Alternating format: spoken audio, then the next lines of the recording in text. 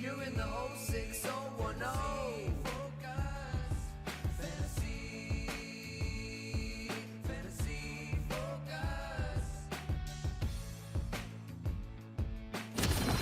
Welcome to Fantasy Focus. Today's podcast is presented by Geico. You can watch us every weekday at 11 a.m. Eastern Time on ESPN's Twitter, Facebook, and YouTube feeds, as well as the ESPN app.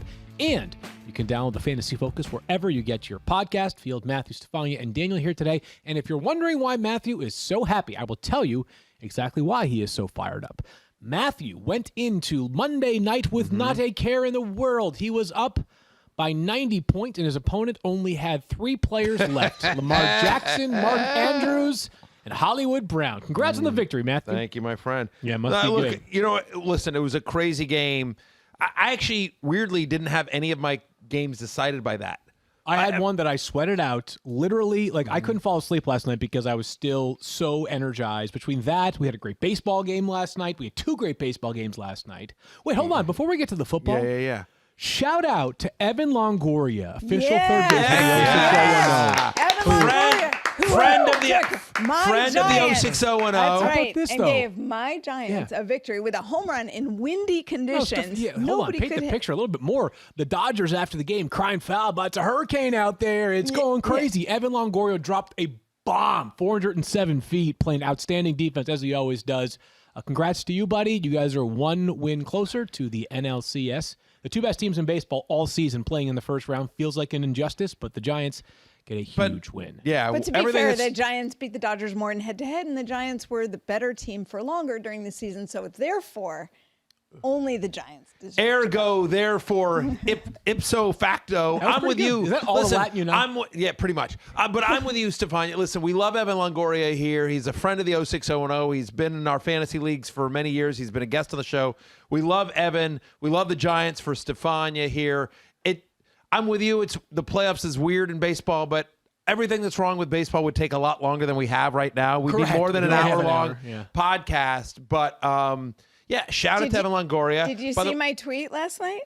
I said that Evan Longoria started Mark Andrews in his fantasy football league, probably. Probably. Truth. I'm in a league with Evan. I should actually look and see who he started. You want to know who he picked up this week? Who did he pick up this week? Yeah, because he's in the Stephen A. Smith Celebrity League this week. He is. He put not this week, this year. Yeah. He put DJ Chark on IR and picked up Kadarius Toney before Sunday's games. Look at that. See? Margot's world, and we're just living in it. So let's get to last night because I want to make the. Are you sure? Because I wanted to just mention the fact that Texas A&M beat Alabama. Go Aggies! I'm wearing you Texas can A&M mention shirt. that. You can. I grew up mention in that. College Station, Texas. My dad still is a professor there. Yes. My mom's a former mayor of College Station. Like I don't want to. I don't want to get yelled at by anyone in the streets that for rooting for 2 teams because I root for Texas A&M and I also root for Syracuse where I went to. Those are my 2 colleges. But yeah, That's shout out okay. to They're I couldn't wear a T-shirt yesterday on the air because I had to do the TV show and I did Monday Night Countdown, blah blah blah. But so I'm wearing Texas A&M today on the air to represent for my Aggies. Huge win for the program. Really happy for Jimbo Fisher and everyone in College Station. Is that like a high level celebrity thing that you can only be seen in one outfit per day because you're allowed to change between the shows, right? Like you could have worn a T-shirt. I could have, but it just noon. You know what that involves? Field planning. Effort. Oh. No, wait, look. I mean, Hustle. I actually had to. It's a whole thing. I had a. Let's not go down this Yeah, rabbit it's a hole. long thing. I Let's had a talk lot fantasy going on football. yesterday that didn't allow me to change. I'll Let's just leave it talk at that. about the game. And I would make the contention, and maybe I'm wrong. Maybe I'm being a prisoner of the moment, but I would estimate that last night, the final quarter plus overtime shifted more fantasy football matchups than any single game in recent memory. I would agree with that. Not just primetime games, not just Monday Night Football matchups, but also all matchups. And that includes, we can do it right now if you want to. No, we don't have to do it We don't now. have to. No, Okay, yeah, we'll no. come back in just a little bit. But, But the one that might be close might be the Packers-Lions game. Early this year where you had DeAndre Swift and you had Hawkinson and Aaron This was Jones, crazy. Aaron Rodgers. But I'm with you. It was insane. I I put out on Twitter, let me see your Monday Night Miracles. I do it every week. I've been doing it for years. I've seen other sites and personalities start adding, start using their own versions of it. Right. And it's sometimes just literally, stealing it, like Monday Night Miracle, whatever. Yeah. But I like anyway, to reply to those. What? I like to reply. You always to your reply tweet. to them, and they're always great. They're always And it gets they're- more they're always- engagement for It you. gets more engagement. It's always really fun when you do that. I always look forward to your replies to that tweet. Again, we've been doing it for years upon years upon years. And what was interesting is I got, I think, more responses to last night. Like, also after the game, I'm like, all right, let me see it.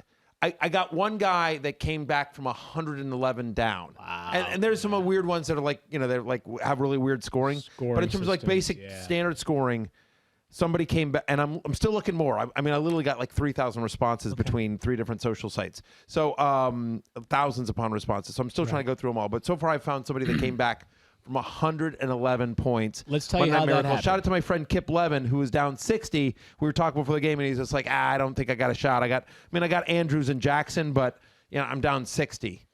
There you go. All right. He brought it home. a chance. It is not over until Lamar Jackson says it's over. And last night, Lamar Jackson had the greatest game of his NFL career, which is saying a lot. He had 442 passing yards, 4 touchdowns, 62 rushing yards.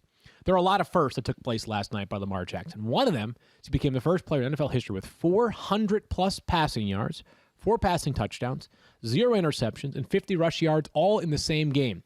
Last night, Lamar Jackson completed 86.04% of his passes.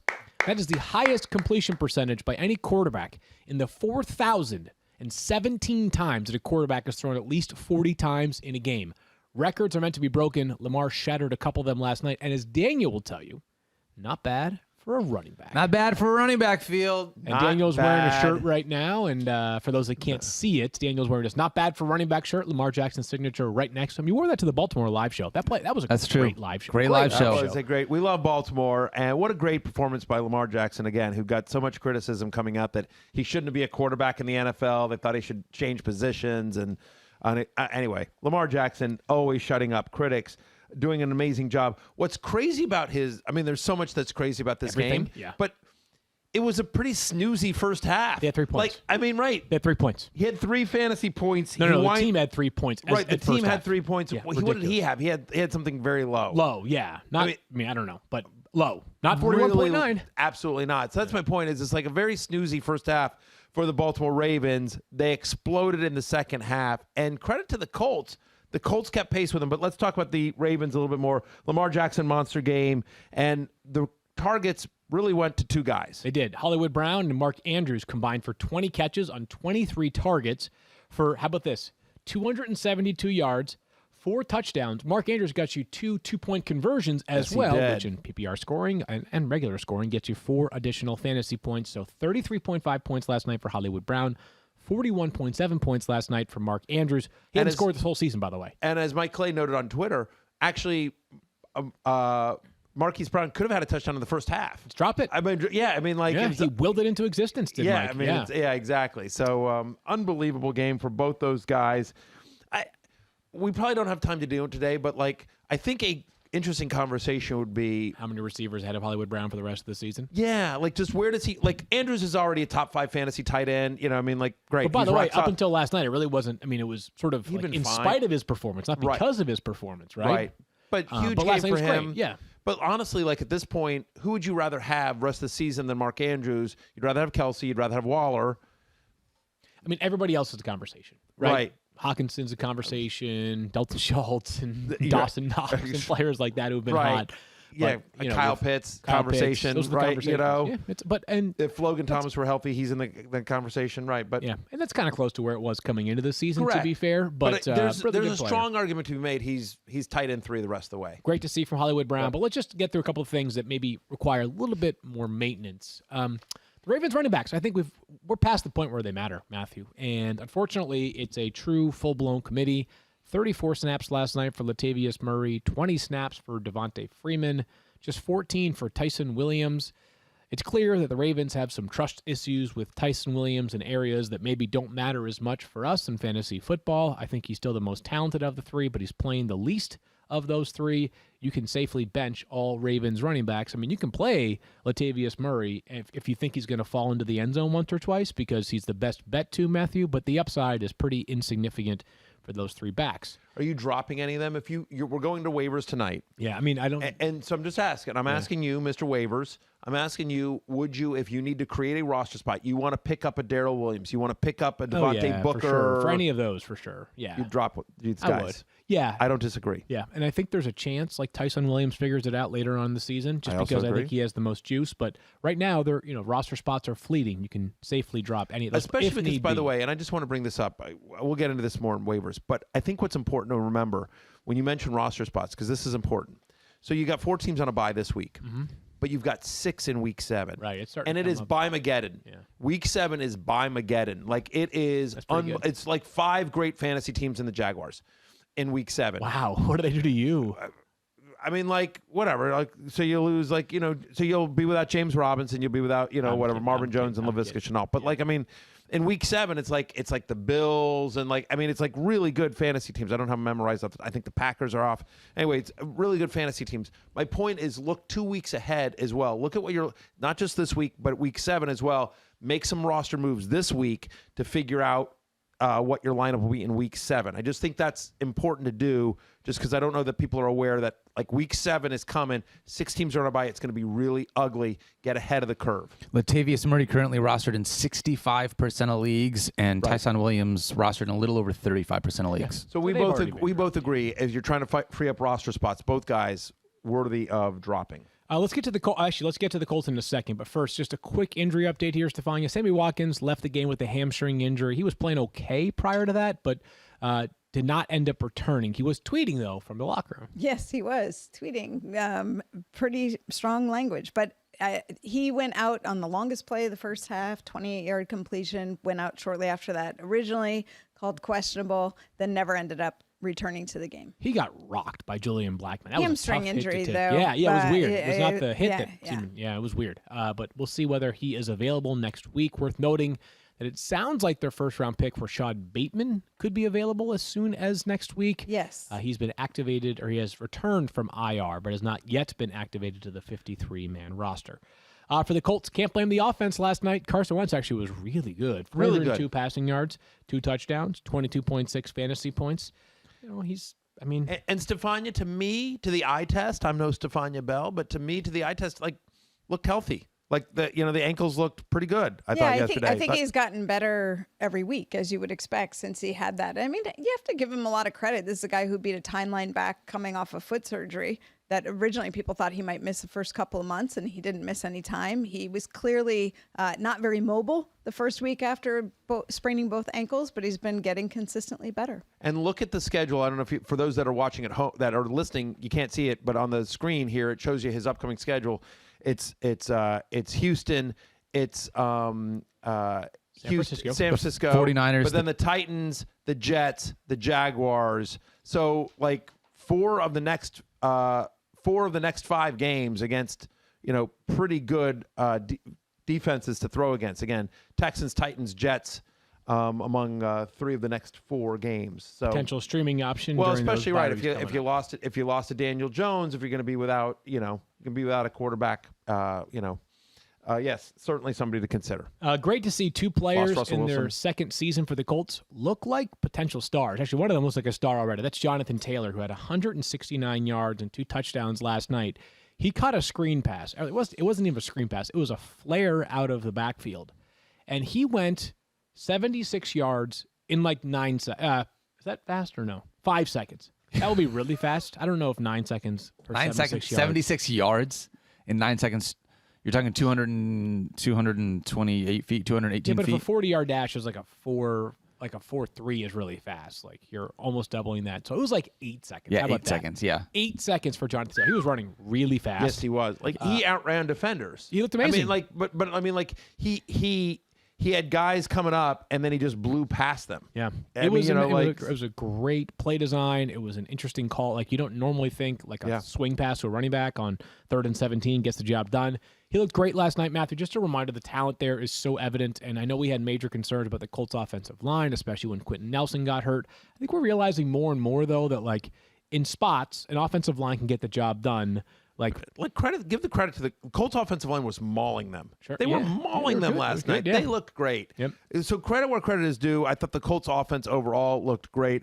I think fantasy wise, the problem though is that I feel like Wentz is an interesting streamer, but I just feel like in a game in which he threw for over 400 yards, really, and the offense looked as good as it's looked all year. The only Colts offensive players that you feel confident in starting week in, week out are Jonathan Taylor and Michael Pittman. Right, but that's okay though, which is Yeah, fine. yeah, Like, it's for now, I think fine. that's okay because I we mean, saw some Pittman really had to good go over the stuff. top and made a great play, which He's also capable of doing that, right? Yes, he is. Fantastic. It's on pace for Pittman's 99 catches is Michael Pittman now. Yeah. 99 catches. I get there's an extra game this year, but still 99 catches, nothing to shake a stick at if you have Michael Pittman on your roster, just a second-year player. He now has, by the way, 6 or more catches in 4 straight games. The volume is good for Michael Pittman. Carson Wentz playing confidently, and we know the Colts have a lot to play for this year as they want to make the playoffs, but they also have to be mindful at some point about the potential draft pick they could convey to the Eagles. We're going to come back and talk about a bunch of injury updates because there are a bunch of injury updates. But first, do you own or rent your home? Yeah. Sure you do. And I bet it can be hard work, but you know what's easy, Matthew? Bundling policies with Geico. Geico makes it easy to bundle your homeowners or renters insurance along with your more. auto policy. Well, it's a good thing, too, because you already have so much to do around your home. Or someone does. Yeah. Go to geico.com, get a quote, and see how much you could save. It's Geico easy. Visit geico.com today. That's geico.com. Time now for some injury updates, and we turn to who else? It's Stephania Bell. Let's go to Kansas City first, Stephania. And we know that Clyde Edwards-Helaire left the game Sunday night with a knee injury. What more can you tell us about his timetable? So the official diagnosis is a sprained MCL, the ligament on the inside of the knee, and he is expected to miss a few weeks. Obviously, it depends on the degree, the severity, but oftentimes these range from 2 to 6 weeks. I would say just plan on a handful of weeks at the minimum for Clyde Edwards-Helaire. Okay, we'll talk about Darrell Williams' value in just a little bit, but let's go to Cincinnati, Stephania. We know that Joe Burrow was taken to a hospital after the game for an evaluation on his throat. What did that reveal?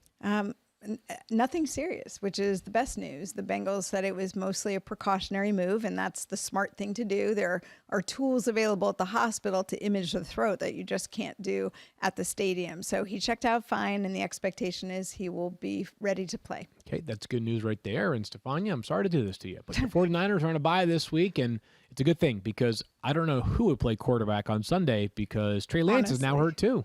I know. It really is a legitimate question because Trey Lance has a sprained left knee, and the early report was that we thought it would cause him to miss some time. That's how Shanahan expressed it. But in more follow-up, he did say that he thought that Trey Lance would be fine after the bye week.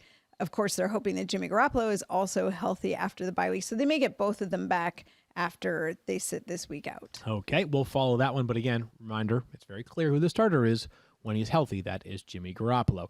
Kadarius Toney, Stephania, kind of, I don't know if they flew under the radar, but relatively speaking, given the fact that there were so many other Giants injuries and he was so good on the field and he punched somebody, got kicked off the field as well. So what's going on with Kadarius Toney's ankle? Well, as Jordan Raanan reported, he was having tests done on his ankle, had a bit of an ankle injury.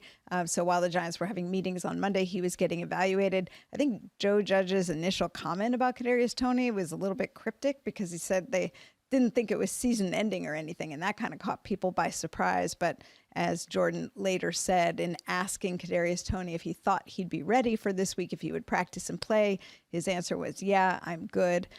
Don't forget, it looks like they will get Darius Slayton and Sterling Shepard back. They were both practicing this week. So maybe despite the initial bad news from that game, they might actually be doing pretty well in the receiver department this week. We'll keep things moving in terms of some of the injury updates that pertain to players on the waiver wire, the likes of Saquon Barkley we'll discuss once we actually get to waivers. But with that great injury update, as always, from Stephania, who's not going too far, we'll turn over to the waiver wire, Matthew. Okay. Busy week on the waiver wire because of all those injuries and because of the fact that we had a big one on Thursday night at quarterback. So let's go ahead and start off at quarterbacks. And I'm going to give you a couple of names here, Matthew, noting that some of it depends on what you need. Okay. And also the health of somebody like Daniel Jones, right? Right. If you lost So 4 teams on a bye this week. That's the other thing, right? San Francisco, Yep. Atlanta amongst them, The Jets. But yeah, for quarterback purposes, probably not. You're not starting Zach Zach Wilson, but Jameson Crowder. I was just saying, Sure. like, Yeah, just yeah. in terms of just saying, like, We'll get just- there. We have that set up before each one when we introduce each one, got so it. you're all set. Got it. In Understood. any event, let's talk about some quarterbacks. And Yes, sir. just a reminder that the waiver wire column is intended to highlight players who are available in at least 50% of leagues on ESPN. All right. Yes, sir. I was surprised by how many quarterbacks are rostered in over 50 or even 60 or even 70% of leagues. Yeah, people Matthew. are quarterback crazy. Yep. By the way, last team that's on a bye this week is the Saints, who obviously have been starting Jameis Winston. So in terms of quarterbacks that are available in a bunch of leagues, Matthew, under 50% of leagues they are rostered in, I'm going to start with Trevor Lawrence, Yeah. who has started to show some signs of life. I know that Jaguars offense is imperfect. I know there's a lot of things about the Jaguars right now that are difficult to figure out. However, over his past 2 games, he has a touchdown on the ground in each one of them. That's very good news right there, right? He also is averaging 8.4 yards per passing attempt. That's up from 5.7 in his first 3 games. So there's more big play potential there. And you got to figure that the matchup in London against Miami is not a great one. The Dolphins played good defense to begin the season. The Dolphins are all sorts of a mess right now, right? I mean, I know it's Tom Brady, but they got carved up in a way that was so bad. I mean, they couldn't help but answer questions for it after the game this past Sunday. This Dolphins defense does not scare me like it did last year, maybe even coming into this season. I like Trevor Lawrence, a potential waiver wire add this week at quarterback. I like the call as well. Again, what's been exciting about him is that, when we talked about this in the preseason, is that I don't think Trevor Lawrence got nearly the credit that, and rightfully so, but, we talked about the rushing ability of Trey Lance. We talked about the rushing ability of Justin Fields. People didn't really talk about the rushing ability of Trevor Lawrence, who I believe had 17 rushing touchdowns in 2 years correct. at Clemson. Yep. I mean, so he's somebody who is mobile. Is he Justin Fields or Trey Lance? He is not, but he's pretty freaking athletic. He's a pretty freaking athletic guy that is fast and not scared to use his legs. And so, we've seen this the last couple of times, rushing touchdowns in multiple weeks, consecutive weeks now. So I like the call on Trevor Lawrence on T-Law. One more to get to, and we'll have a couple other names we can discuss throughout the week. But Stephania, Tua Tagovailoa is eligible to play this Sunday against the Jaguars. And do you get the sense he'll be available for the Dolphins? It's looking more and more like it. I thought maybe with it being a trip to London that it would add more difficulty to making the choice for him to be the quarterback this week. But he's actually been doing quite a bit. He's been throwing for a while before he was moving back into full practice. So I think they've actually been preparing for the likelihood that he would play this week. I think unless there's some sort of setback, and they have to make the decision fairly early because of travel, obviously. But I do think that it looks like he's going to be the one under center. Okay, that's good news. But by the way, I actually kind of like Jacoby Brissett if he starts against the Jaguars this Sunday morning. The Jaguars defense, as we all know, is terrible. Tua, as we know, I mean, there is not a ton of upside necessarily, but he was playing okay before he got hurt. And If he just dumps it off to Myles Gaskin 15 times, we'd all like that. could work, right? But you think about the quarterbacks that have scored at least 21 fantasy points against the Jaguars this year. Okay. Tyrod Taylor, I heard of him. Joe Burrow, Sure. Teddy Bridgewater. Right. So Burrow, Not a murderer's row. Yeah, I mean, it's not Kyler Murray and Deshaun Watson and Josh Allen or something, right? And Patrick Mahomes. It's quarterbacks who have had solid moments for sure, but not exactly the kind of quarterbacks that you're totally in terms of fantasy are lineup locks every single week. So Tua, I think, has a chance. Again, the options are much more limited than I thought, especially with the uncertainty surrounding Daniel Jones. Only other players to find, and I put him on the spot here for a second, is I did just mention Tyrod Taylor, he's eligible to play this week as well. Have you heard even a whisper about his potential for starting in week 6? There hasn't really been a peep. I heard just in general that he was making good progress, but nothing relative to the timeline. Okay, so just let's keep an eye on Tyrod Taylor this week. I'd hate to tell you to go make your quarterback move for a guy that ends up not playing this week, even though there's been so much momentum towards Tua playing that I think it's a safer route than someone like Tyrod Taylor. But as we know, Can I throw one guy out there? Sure, go ahead. I'm just going to say Taylor Heineke, who's available in 80% of ESPN leagues. He's Make on my no list mistake. as well. Yeah, he's my third quarterback that's on that. Yeah. Yeah, I mean, look, he was brutal last week against the Saints. They play the Chiefs this week. Mm-hmm. When you think about Washington's defense, which is among the worst in the NFL, and you've got the Chiefs coming off a prime time embarrassing loss, Patrick Mahomes might rate. What's the record for touchdowns in an NFL game? Probably like 7. whatever Lamar Jackson Is it did 7? last night. Right. Yeah, I mean, think it was right. 7. So Yeah. Mahomes might have 7 in the first half. Heineke's going to have to throw quite a bit in this game to keep up with Mahomes, and I don't think it'll always be pretty, but I do think in terms of fantasy production, Heineke, who's had like 40 yards rushing, I think, in each of the Back-to-back last games, 2 yeah. weeks. Yeah, back to back. I'm just saying, I think if I'd you're in a pinch, rank him higher than those first 2 that I mentioned, by the way. Oh, okay. Until Russell Wilson returns, because with Trevor Lawrence, you're playing him this week, and then Right. bye week the following week. For Right, him. So right. right away, like 2 of the maybe 4, maybe 6 weeks. I mean, or 1 of the maybe 4 weeks for filling in Russell Wilson, and maybe it's longer than 4 weeks, as we discussed yesterday. But as we know, Russ wants to be back after 4 weeks. Like you could potentially have 1 week where you start Trevor Lawrence, go back to the quarterback well a week later, and then have to make a decision from there on out. So Heineke, it wasn't pretty last week, Matthew, but I think that's much more the anomaly than it is the expectation for agree. him going forward. because prior to that, he'd been pretty good. Yep, he had been. He at least 20 fantasy points in 3 straight games. So let's get to running backs. And we discussed the Clyde Edwards-Helaire update with Stephania just a few moments ago. Sounds like it could be multiple weeks. Stephania said perhaps 2 to 6. A lot of running backs on a bye this week. Alvin Kamara being the most notable. Cordell Patterson has been great also on a bye. And then the rest of those players you see on your screen right now, Elijah Mitchell, Mike Davis, Trey Sermon, Michael Carter, not exactly lineup locks or anything close to it necessarily, but still, it's running back. It's hard to find positions or hard to find players at that position. Let's get to a couple of names. And we start with Darrell Williams, who is available in over 90% of leagues right now. And we talked about this yesterday, Matthew. And whatever the numbers are, I'm not sure they really paint the full picture here on Darrell Williams. The bottom line is that when CEH went down mid-game on Sunday night, it was Darrell Williams who played a larger role than Jerick McKinnon. That's step 1. Step 2, we've seen Darrell Williams be trusted in high-leverage spots for the Chiefs in the past. He gets goal line carries. Clyde Edwards-Helaire does, but not that frequently, right? He's a good goal line finisher. He's a good pass catcher. They trust him in pass protection.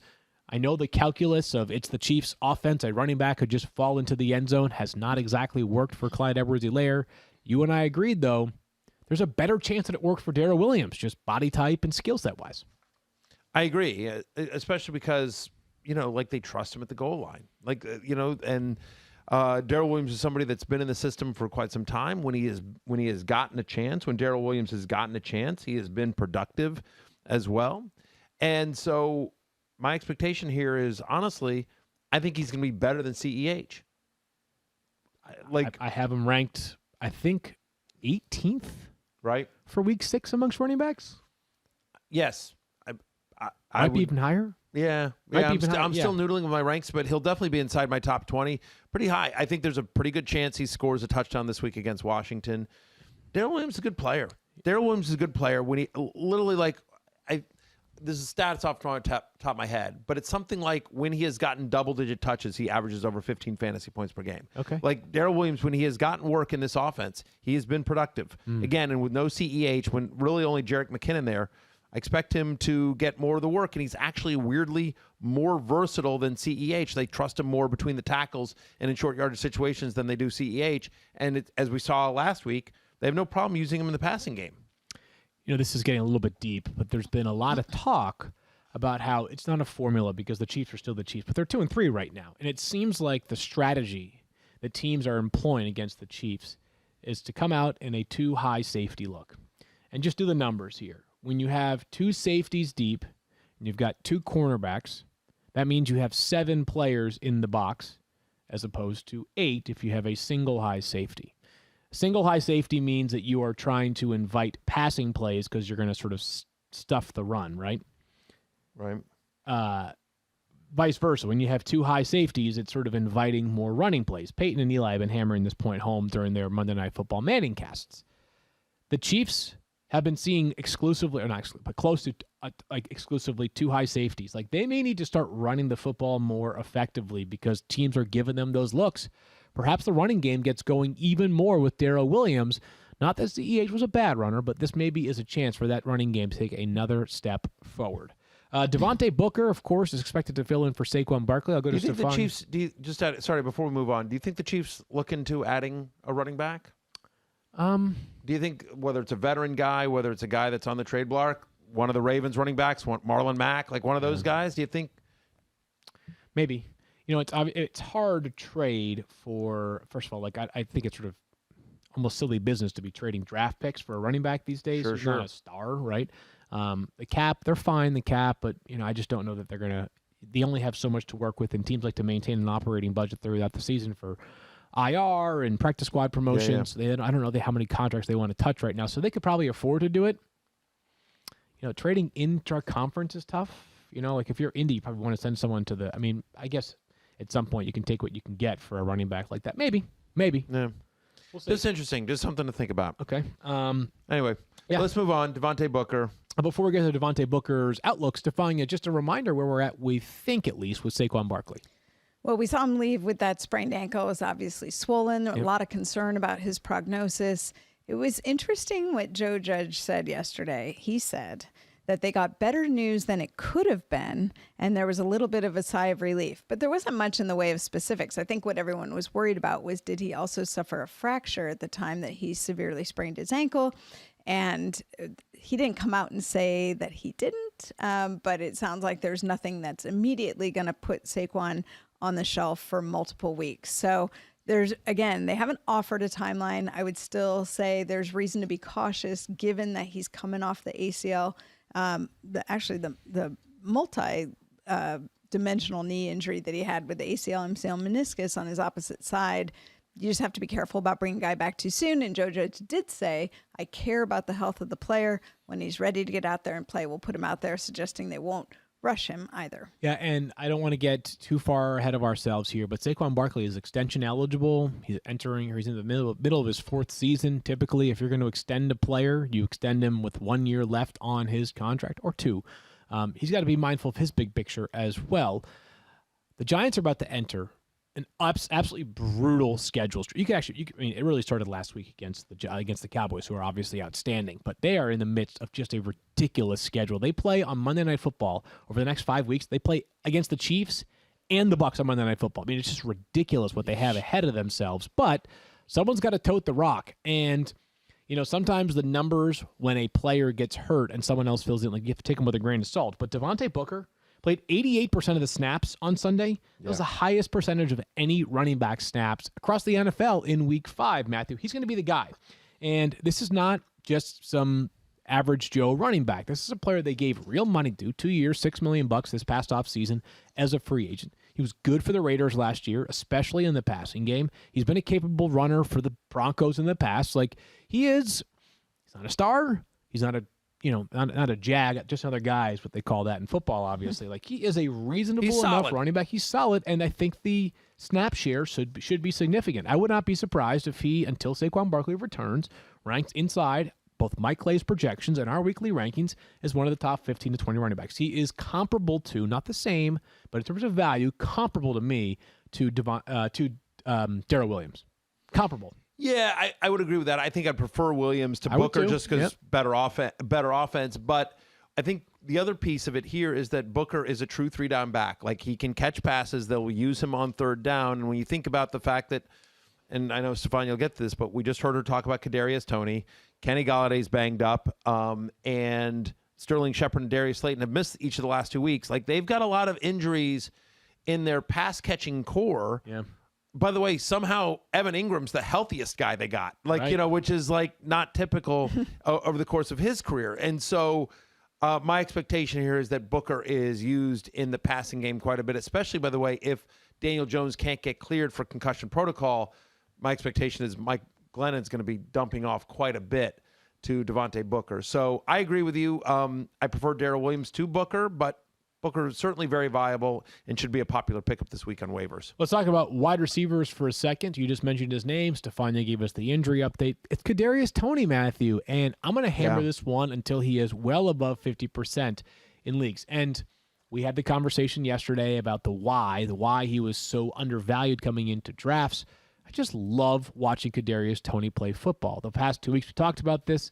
16 catches. That's tied for the 3rd in the NFL, behind only Travis Kelce and Devontae Adams, and 2nd in the NFL with 267 receiving yards, behind, again, only Devontae Adams. He is a broken tackle waiting to happen.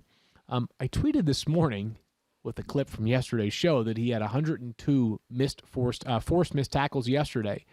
I'm astounded by the number of people that thought I was being serious. It's not actually 102, but it's been a lot. The guy he is like Frogger out there, super impressive. And I think there's a chance that if every player that we mentioned on the waiver wire today, there's a chance that he has by far the most value for the rest of the season. By far. By the way, did you just say Frogger? I was just going to say that. I know, me too. This is my favorite video game. Yeah. How do you know what Frogger I is? know. was gonna say. It is remarkable. Frogger sort of made a comeback. Like it was big. I mean, it was part of a Seinfeld episode, but that's also still old. I mean, Seinfeld's been off the air for. I know what Seinfeld is. Jeez, I'm not fresh out of the womb here. I understand, but I'm just curious. I'm like, no, Frogger's like when Frogger was in the arcade back Frogger's in the a right day. when tar. Stephania and I were growing up. Frogger That was was my an favorite. arcade game when Yeah. Stephania and I were growing up. Well, how about this? Have you guys seen the reboot? There's a reboot. Our friend Kyle Brandt, who's so freaking talented and we so like Kyle. funny and just so entertaining, and he did great. He's the host of the rebooted Frogger. So Kyle, congrats to you, and that's my shout out Really? to him. How about that? There you go. Yeah. Is it like a TV show? Is it Yeah, a it's a game reboot. show? Yeah, Okay. exactly. Yeah, So Frogger's a video game. I mean, I understand there's right. It's a video game, but there's this is a TV show. a TV show based on the video game. Yeah. I've not seen it. So No, anyway, that's good for definitely Kyle, though. Yeah, that it's awesome. sounds like a good gig. Yeah. Good for him, man. He's the man. Let's talk about Tim Patrick. Next one here. And Patrick was good again last week for the Broncos. Remember, no Jerry Jeudy, no KJ Hamler. Jeudy is probably inching closer to a return, not yet returned from practice. But here's the good news for Tim Patrick, who's just like a good football player, just a really solid football player. He's seen his target count increase over each of the past 4 weeks, 4, 5, 6, and then 9. Weeks 1 and 2, he scores a touchdown. Week 3, he has nearly 100 yards receiving. Week 4, not great. Week 5, another solid effort. Over 10 fantasy points. He had 15.9 this past week. Good player. Teddy Bridgewater has been fine. The schedule doesn't scare me necessarily. I mean, look at the teams they play over the next 3 weeks. The Raiders, who are embroiled in all sorts of craziness right now. Cleveland on the road, Thursday Night Football, and then home to Washington. Do any of those defenses scare you to the point that you wouldn't trust Teddy Bridgewater in this passing offense to be No. good enough? So Tim Patrick needs to be rostered in a whole bunch more leagues. Yeah, don't disagree at all. Like, I mean, just he's sort of. I know this is gonna sound weird, but I would argue that he's the wide receiver version of Devontae Booker. What we just talked about, like solid. Yeah, like he's is he solid, like is he amazing? Is he like an incredible talent like Kadarius talent? Tony? No, he is not. But like, he is solid enough. He is getting opportunity in a functional passing offense, and I don't say that with disrespect. Like it's, again, it ain't the Bills, it ain't the Chiefs, but you know what? It is a functional passing offense with honestly narrow target share, given all the injuries that Denver has suffered. So I'm with you on Tim Patrick. So let's do a recap. Yeah, that's what I was just going to say. I want to know, you went through a whole bunch of names, but if you had to order them for us, where would you, how would you order them 1 through 5? Yeah, so I'll Like just I go don't know, on a touchscreen. on For a touchscreen, example. like Yeah. right behind me. How Yeah, about right behind that? you. So let's talk about the Oh, quarterbacks. snap. Look what we got there. Trevor Lawrence makes the quarterback list. Again, if you're looking just for this week, I think Trevor Lawrence over Taylor Heineke, but it's a conversation. That much is for sure. Number 4 for me would be Tim Patrick, who we just finished talking about. Again, he's been rock solid in 4 of 5 weeks so far this year. Number 3, Devontae Booker, expected to take over for Saquon Barkley until he returns. Number 2 is Darrell Williams, the Chiefs' presumptive starting running back for the next maybe 2, maybe 6 weeks. We'll see. Perhaps it's somewhere in between. And then number 1, Kadarius Toney. I get it. There might be a health concern for this week, but too electric to miss out on. Grab yourself Kadarius Toney. If you have him in Dynasty Leagues, you are smiling ear to ear. Fun player to watch. And for the Giants, I'm not asking for much in life, but if you continue to use Kadarius Toney like you have, I will smile wide because he has been awesome over the past 2 weeks. And the one thing I want to note here, Field, is we sort of talked about this at the beginning of the show, but I want to just bring it back full circle once again, is that, again, it's not only about the 4 teams that are on bye this week. In week 7, Yep. the Bills, the They're good, Cowboys, yeah. the Vikings, the Steelers, the Chargers, and the Jaguars are all on bye, right? So Josh Allen, Stephon Diggs, Manuel Sanders, Dawson Knox, Dak Prescott, CeeDee Lamb, Zeke, Amari Cooper, Dalton Schultz, Dalvin Cook, Justin Jefferson, Adam Thielen, Kirk Cousins, Najee Harris, Chase Claypool, Deontay Johnson, and Austin Eckler, and Justin Herbert, and Keenan Allen, and Mike Williams, not to mention James Robinson. Those are a lot of big names. And Laviska Shenault and Marvin Jones, and if you pick up Trevor Lawrence, he's they are playing football next week, though. It is confirmed. Yes, but week 7 is by Mageddon. I am just trying to underscore by Mageddon, and so to the extent you can, look ahead to what your lineup's going to be like in week 7. If you can, this waiver period, try to pick up somebody to plug a hole in week 7. I think that would be a smart move just because everyone's going to be attacking the waiver wire in week 7, and depending on your position, you may not get somebody you need next week, but this week you might be able to sneak somebody by. Stephania, when do you think Matthew workshops his puns? Like, you think he's sitting there in the car like, hold on, I got it. By Mageddon, baby. Yeah. Like, is that how it goes? Like, when did that come? I don't even pretend to understand his process. I like to think that Matthew's best thoughts come in the shower. I don't like to think about that personally, but you sure? You do you. That's right. Listen, I'm very hygienic. Say what you want about me. I know that. I am hygienic. I know. Everyone says, there goes hygienic Matthew Berry. I say that literally everywhere I go. Everywhere he goes. I'm so impressed you know what hygienic means. Thanks. All right, I'm impressed you know what Frogger means. So there you go. Means? But, It's a yeah, game. well, you know, All right, whatever that you're aware of. We have what an it is. update on Survivor and a bunch of stuff left Oh, over boy. from Sunday in just a minute. But first, you know, we can't all be college football national champs, but every one of us can be Eckrich National Tailgate Champion. And you don't need years of training. You just need Eckrich smoked sausage. To win, you need to show Eckrich how you do you every game day. Do you have a special recipe passed down over generations? Do you dress your sausage with team-colored toppings? Do you lay your deli meat on your sandwich as thick as you lay on the trash talk? However you do you, Eckrich wants to see it in all its glory. Enter at Eckrich, that's ECKRICH.com/tailgate. ECKRICH, rich like Matthew.com/tailgate. If I bring my sausage into the shower with me, would Eckrich be okay with that? As long as you dress it up with your favorite team color toppings, Matthew. College football fans, after an offseason that felt a little more off than usual, Fansville and Dr. Pepper invite you to celebrate because college football is back and so are the fans. Yes, it's the most wonderful time of the year again, the season of Saturdays, when rivalries run deep and nacho cheese dip runs even deeper. So crack open an ice cold Dr. Pepper, warm up your cornhole tossing arm, and return to glory with an all-new season of Fansville by Dr. Pepper, the one the fans deserve.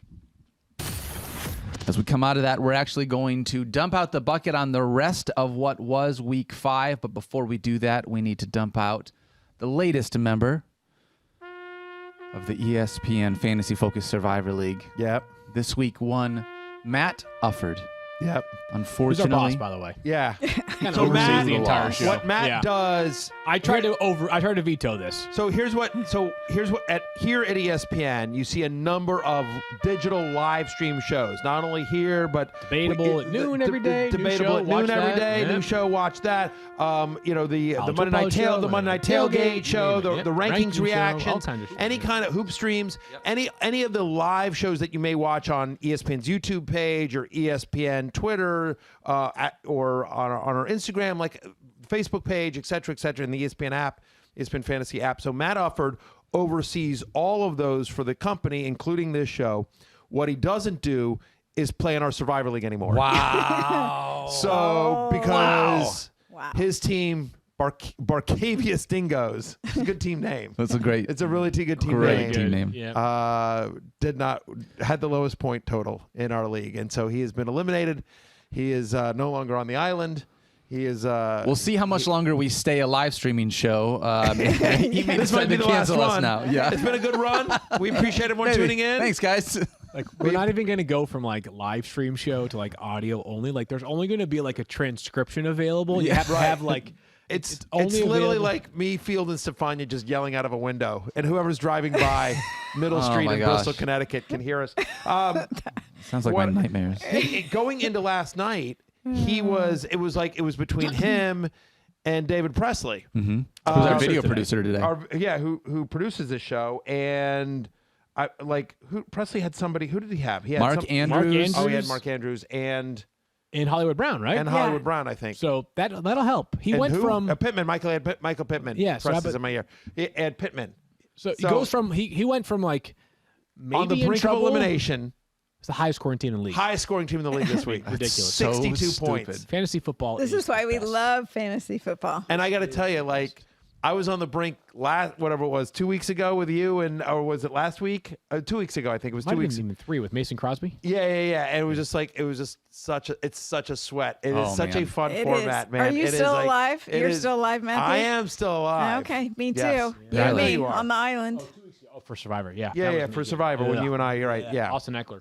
He's really good, though. All right, let's dump out the bucket. Let's talk about a couple things from Sunday that we did not get to yesterday. And, man, Jamar Chase just keeps doing it, Matthew. 6 catches on 10 targets for 159 yards and a touchdown. We were having that conversation earlier, just like, how many running backs, how many wide receivers are you taking over Hollywood Brown? Like, same deal here with Jamar Chase, huh? Whew, Yeah. Unbelievable.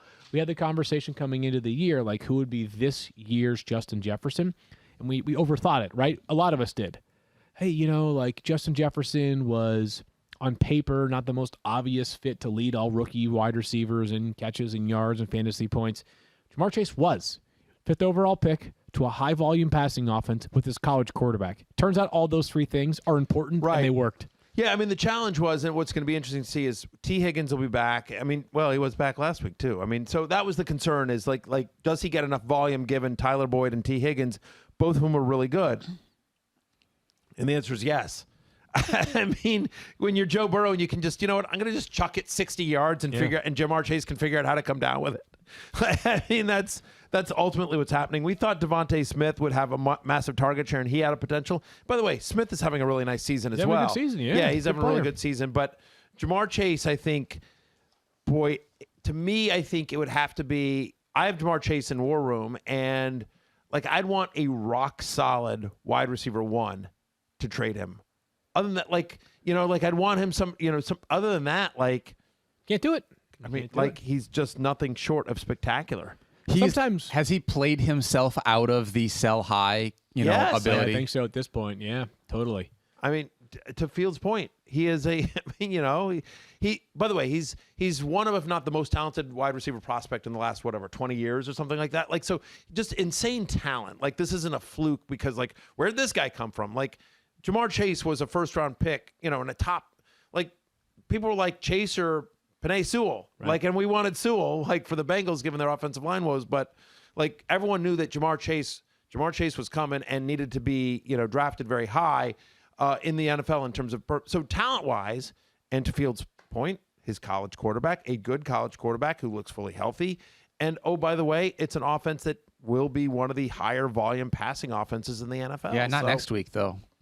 Boy, they have a tough one when they take on the Detroit Lions next week. Lions are sneaky there. Sneaky. Lions are sneaky. upset potential. You guys I'm are feeling it. Yep, you guys are playing tough. Like, I would love to bag on the Lions because I just love torturing you, but look, I legit feel bad for the Lions. Right. Like, here's the difference between your team and his team, right? Right. Like, your team has good players and stinks. Correct. His team does not have good players and is playing hard. Playing their butts off. Like, credit in all seriousness, like, credit to Dan Campbell, like, because like those guys have bought in, and like I subscribe to the theory there's no such thing as moral victories in football, and I get it. You guys are winless, but honestly, if I was a Lions fan, thank God I'm not. But if I was a Lions fan, Daniel, I would actually be as brutal as that loss was, as brutal as some of the losses this year, as brutal as the Ravens loss, Justin Tucker 66 yards, as brutal as that loss was. Like, I would feel encouraged. Like, I feel like they have bought in to Dan Campbell and what he is selling, and like, You kidding they're me? trying hard. Absolutely. got- We almost beat Lamar Jackson and got beat by a career, like, history-making field goal. And then yesterday... And a bad call. And a bad call. And then on Sunday... That never happens to you guys. And then on Sunday, the idea that we go down the field, and I love the fact that we Go are for on the two. Let's road. go. And then he goes for 2 because you know what? We're not going to win a lot of games this year. So if you can steal one from Minnesota, do it. And getting that 2-point conversion, like, I freaking love Dan Campbell. I am all in on what the Lions are building through their coaching staff and that system. I'm like, it's going to be tough. That's what fantasy football is for Lions fans this year. That's right. But like in the future, I'm stoked about what that team is building. A couple extra first-round picks also helps as well. So, I think they'll be sneaky this week against the Bengals. But just one other thing on that Jamar Chase stat line is that the other Bengals, 5 for 32 for T. Higgins, and 4 for 24 with Tyler Boyd. I bet Kyle could figure this out. I wish I had asked him beforehand. I wonder what the totals are for Tyler Boyd in the games in which all three are on the field together.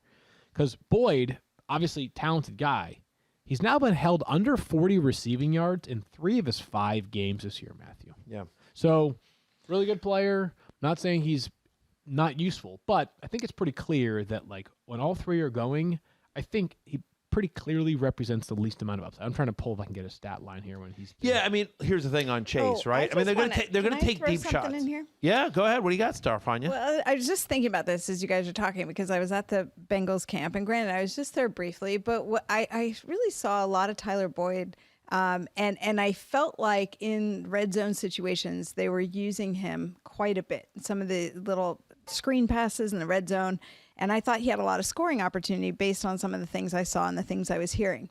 Joe Mixon comes back last week, but isn't totally himself. Samaje Perine handles the bulk of the running back snaps, so we sort of expect that going into this week. Samaje Perine just placed on the reserve COVID-19 list. I don't know what that means for what his availability will be this week, but I just think it's interesting if the running backs aren't at full strength, maybe Tyler Boyd does get some more action in those red zone packages. And just as long as we're talking about P. Ryan, Stephania, I mean, we expected Mixon to be limited. You know, we talked about this on Fanciful Now. I told you that, like, I wasn't starting either guy. But Mixon, it appeared, 2 things. Number one is, felt like he came out of that game healthy. You know, we didn't see anything. And secondly, on his touchdown run, that ankle looked healthy. Like, he was dancing, and, like, he made a couple of cuts that were like, whoo. Right. I mean, like, right, they were, like, really impressive. He has been underperforming in pass protection, so I think that factors in as well. Okay. Samaje Perine, by the way, we'll see whether he's available on Sunday. It was a positive case, which, not that you want to see anybody contract the virus, but when a player is a close contact, if Stephania, you can correct me if I'm wrong here, by definition, that player is unvaccinated. The NFL does no longer has vaccinated players amongst the high-risk close contacts, which I believe means 10 days. Most cases, he is out. So it sounds like there's a chance Samaje Perine could play this weekend, but we'll update that throughout the week. Let's get to some other things we have to empty the bucket on. James Robinson. Now, James Robinson is playing out, and I'm happy to report this, like I think I had forecasted coming into the year. Yeah. Jaguars are going to have Carlos Hyde play a little bit at the beginning of the year. Urban Meyer's going to rely on the old faithful. Then after like a few weeks, they're going to be like, wow, James Robinson's a lot better than Carlos Hyde. Like, so much better that he should get almost all the running back touches. It took 2 weeks, but here we are. As James Robinson, over the past 3 weeks, has been RB4, RB7, and RB11 for each of those past 3 weeks. 147 yards this past Sunday. He had a touchdown. He only had 1 catch. He's so good. Don't overthink this, Jaguars. There are so few things that you guys have done consistently correct. It seems like you are trying to do things with players that are borderline inexplicable in terms of how you're trying to jam them into certain roles. There is one player, that returns from last year's offense that you can say to yourself, if we just do exactly what the old staff did, that'll be a major win. That one player is James Robinson. Let James Robinson be himself. The return is not just great for your team, which needs anything he can get right now, but for fantasy as well, because if they use James Robinson like they should, he's a top 15 running back, maybe even top 10, given the ways that some of the other top-performing running backs or guys that have been banged up have been impacted in terms of their fantasy value. Give me James Robinson. Give me it every single week. Dalton Schultz remains a thing, man. Speaking of Sunday things to just clean up, Matthew. Dalton Schultz, 13.9 fantasy points, 6 catches for 79 yards. Over the past 3 weeks, tight end 1, tight end 5, tight end 6. I don't know how many of us had Dalton Schultz as a likely set it and forget it tight end coming into the year, but he has emerged and he has earned that designation. He has. You know, it looked like sort of a tight end by committee with him and Blake Jarwin, but Schultz has clearly emerged. He's a better pass catcher and a decent enough blocker that, you know, it is clear that he's actually the better blocker. And he's a good enough pass catcher that they're using him, and he's playing a lot more snaps than Blake Jarwin. I think Dalton Schultz is legit. Yeah, he is legit. By the way, Kyle cleaned up that Bengals stat for me. Tyler Boyd, on a per-game basis, is wide receiver 64. when both T. Higgins and Jamar Chase are available. He's still a good player, and we'll keep an eye. That could be a sample size thing, but something to monitor as the season wears on. Hey, Field. Hey, Daniel, what's up? Do you know how many fantasy points Amari Cooper has? This whole season? Mm-hmm. He's played 5 games. I'm going to go with he had one really big game. I'm going to go with 84.9. That's really close. He's got 80. Matthew, do you know how many CeeDee Lamb has this season? Again, 5 games. If Amari Cooper had 80, I just want to set a baseline for you. I would say he has slightly more. My guess is 84, 85. He has 72, actually, Oh, wow. slightly less. Interesting. You know Okay. who actually has 72.4? Dalton Schultz, though, has 72.0. Right. He has just as many fantasy points So you're saying he's CeeDee Lamb. as CeeDee Lamb does so That's far right. this Daniel year. Dopp says that Dalton Schultz and CeeDee Lamb are the same player. What do you do with that? You clip it, turn it into a video, No, and put it all over social thank media. you. Got it. Thank you, Field. Absolutely. Appreciate that. Wait, nothing, Daniel. You don't like.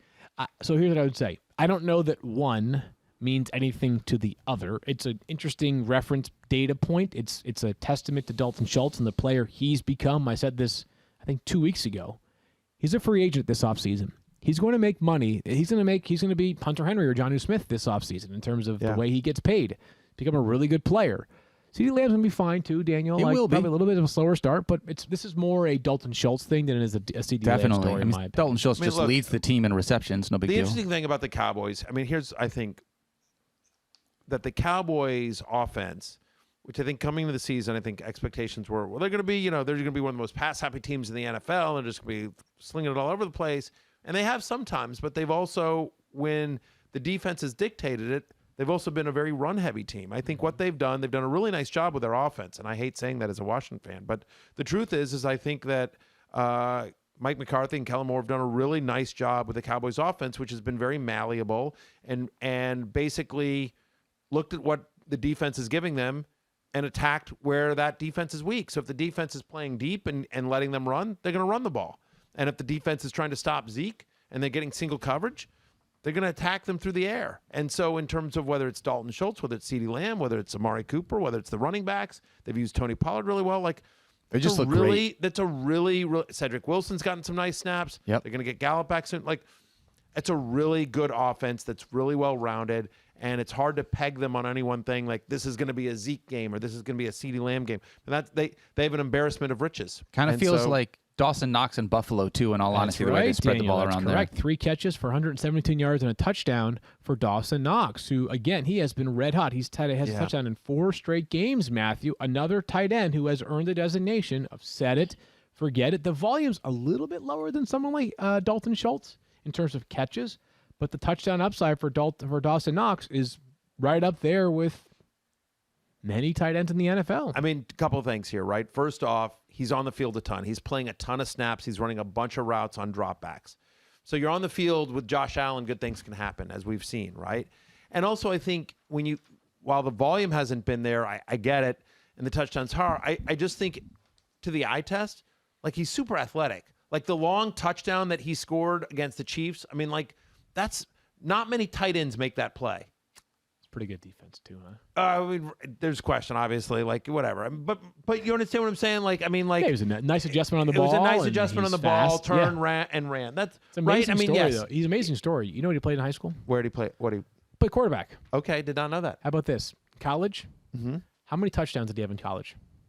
I'm gonna guess 3, none. 0. 0. He did not score a touchdown in college at Ole Miss. Not one. Not Wow. one receiving touchdown for Dawson Knox in his college career. He now has a touchdown in 4 straight games for the Buffalo Bills. Just a couple But last. you agree with those statements, right? He is an athletic guy that is running a Super bunch athletic, of yeah. super athletic guy who is running a bunch of routes in one of the best offenses in the NFL. Yeah, no, I agree. And he qualifies at tight end. Yes, he does. That Bingo, certainly helped. bango, ipso facto. Therefore, here too. Yes. With or for. That Yes, was with or for. every big word that Matthew could think of, he just used Let's right just there. Or say every that. word he There's knows my in wife Latin. calling again. Really quickly, I'm keeping an eye on A.J. Dillon's expanded role on Sunday. He had a receiving touchdown. That was good. He played 20 snaps. Maybe it was just the way that maybe he just maximized every touch he got on Sunday. It just felt like A.J. Dillon was playing more. He played 20 snaps to Aaron Jones' 44. So I don't think this is about Aaron Jones as much as it's about A.J. Dillon. maybe that role grows enough that some of the preseason sleeper buzz surrounding A.J. Dillon ends up proving true here, Matthew. Yeah, I mean, we like the player, and it's clear the Packers do as well. And what was encouraging was to see his passing game usage. And I don't think it's coming at the expense of Aaron Jones. You know, like Aaron Jones still a set and forget it, but A.J. Dillon becomes one of the most valuable insurance policies that has his own standalone flex value, I think, in 12-team or deeper leagues.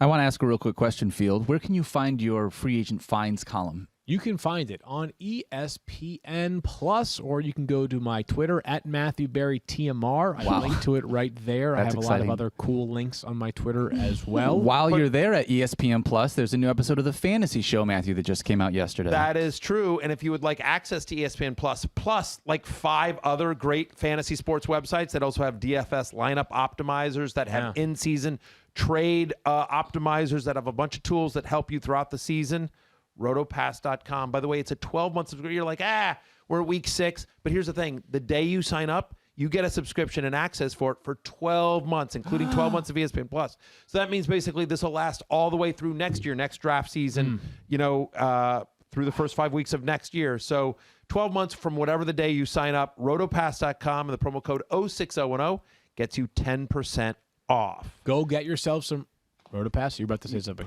Well, I just wanted to give a real quick shout out to my buddy Jack Posnack. Jack Attack, back in the hospital, but fighting hard, doing well. His fantasy team is crushing. And so just everyone here at the 0610, we're thinking about you, Jack. Keep kicking butt, and I'm looking forward to seeing you soon, my friend. Well said. We wish you the same, Jack. Keep fighting, our friend. We'll be back tomorrow to talk about Week 6 rankings, do a redraft of the top 10 picks, and so much more for Stephania and Daniel and Matthew on Field. We'll talk to you Wednesday. Peace out!